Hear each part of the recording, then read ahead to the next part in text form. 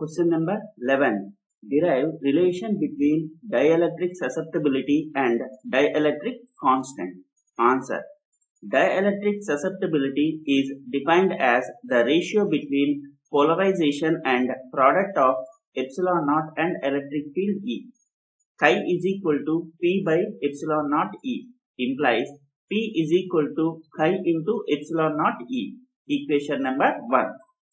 Dielectric constant epsilon r is defined as the ratio of permittivity of the medium epsilon to permittivity of free space or air epsilon naught.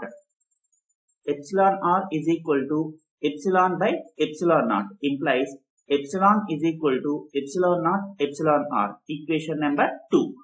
Electric displacement vector is given by D is equal to epsilon naught E plus P. Equation number 3 implies P is equal to D minus epsilon naught E, that is equal to epsilon E minus epsilon naught E, since D is equal to epsilon E, that is equal to epsilon naught epsilon R E minus epsilon naught E from equation 2 implies P is equal to epsilon R minus 1 into epsilon naught E.